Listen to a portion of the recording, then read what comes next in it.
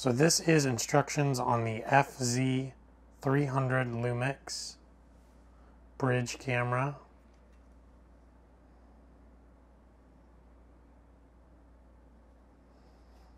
And power it on.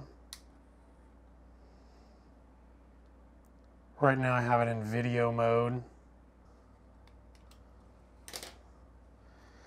Okay, so the most important thing is kind of knowing how to get to the settings menu. All these things around here are different settings, pieces of information.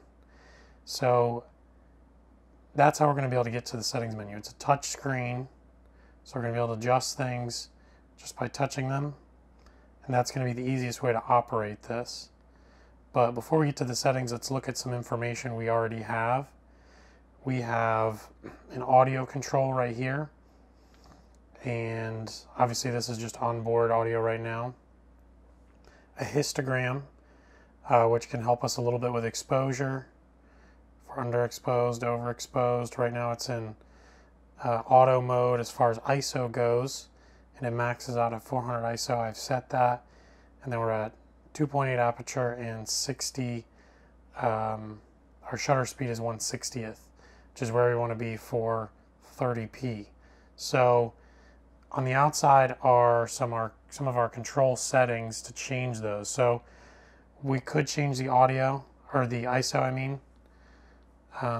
Really in manual mode for camera, we're not going to have a lot of choices there. So we'll leave that one in its 400 ISO. We could change the shutter speed. We can also change it with a dial up top. But we really want to keep this pegged at a 60th. And we want to allow the aperture to float, which we can do with this function button. We can change that as well. So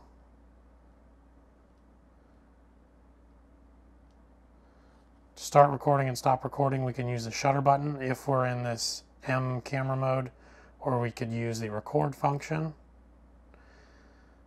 Either way.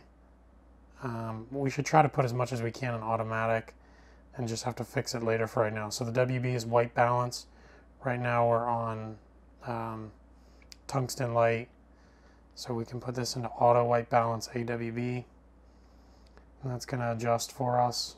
Just makes more work in post, but makes it so it doesn't get stuck at a really bad setting. So we'll use auto white balance.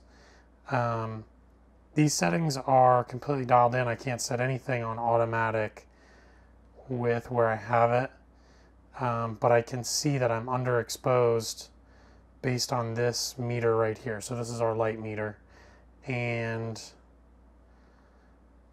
so I could go through and try to add some more light. The only thing I can really do is bump up the ISO, because 2.8 is as wide open as it gets. The number doesn't get any smaller, the aperture doesn't get any bigger.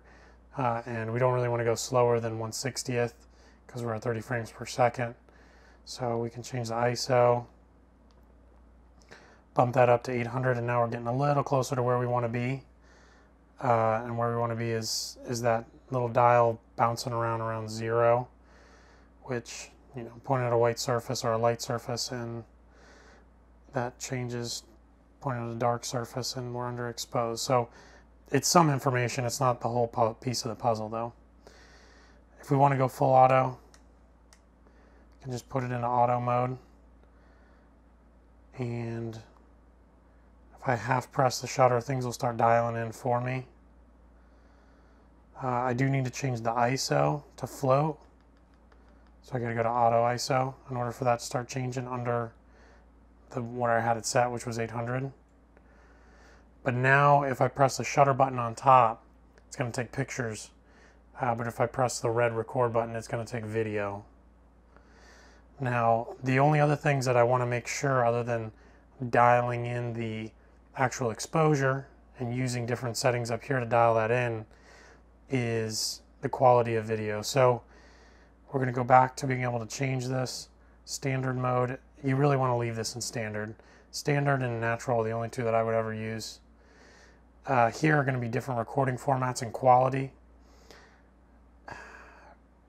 really, it's best just to keep it in full HD at 30p. If it's really bright out and you're trying to record some sports, you could go to 60p. 4K is okay on this camera, but I really don't want to manage that. So full HD 60p or full HD 30p are good. You could use these up here to get longer recording times, but let's just stick in that area for now. Okay, the next thing that's important, the last thing that's really important out of these aspects is the focusing system. So this button right here is going to give me my different recording options. So this is going to have face and eye detection. If I'm not going to be able to see people's faces, I may want to go to a tracking method or pick out specific areas, or custom, or one area in the middle. So you can use the touch screen for that. Say, well, my subject's going to be here and I'm going to move my camera with it. It's going to focus on those things that are within that box 90% of the time. Well, now it's giving me a chance to set it. 90% of the time, I'm going to use that face eye detection mode. If you're doing wildlife or something, that's not going to be helpful, so you're going to need to try something different. But those are the basic places to be. Now, you could go deeper into the menu setting, or different focus modes. So these are going to be different focus modes. I would just keep it on autofocus continuous. Stay away from manual focus for now. And always make sure you're reviewing the footage that you take, seeing if it turned out the way you thought. This button will go to different live view settings, so it'll use the inside electronic viewfinder, or to the flip out viewfinder, which flips out, rotates, does lots of cool things if you want to get different aspect ratios or different view points. And you can also flip it and protect it, which is a nice way to store it. I almost never use the electronic viewfinder, but you can also turn all of them off if you want while it's recording.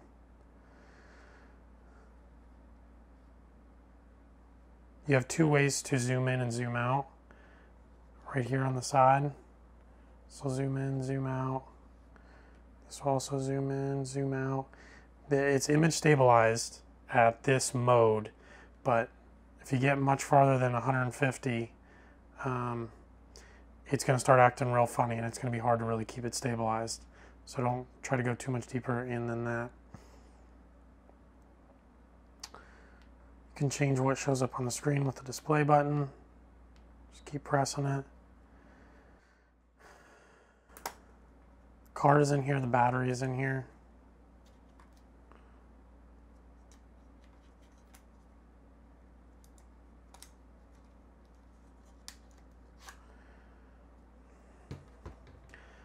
Battery is going to go into this charger.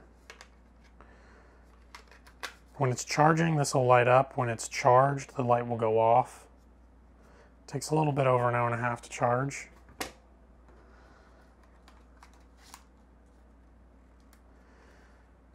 And this is the tripod mount. So it'll just slide on here.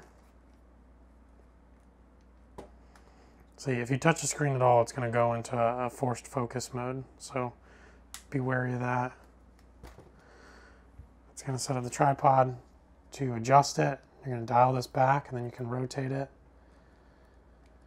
Tighten it down, and you're good to go. You can zoom it way out. Tighten this down, flip the screen out, and now you got your selfie stick.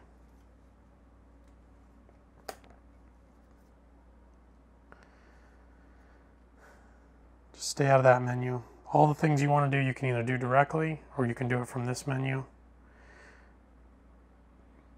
Don't mess with the aspect ratio, although that's really for pictures, not for video.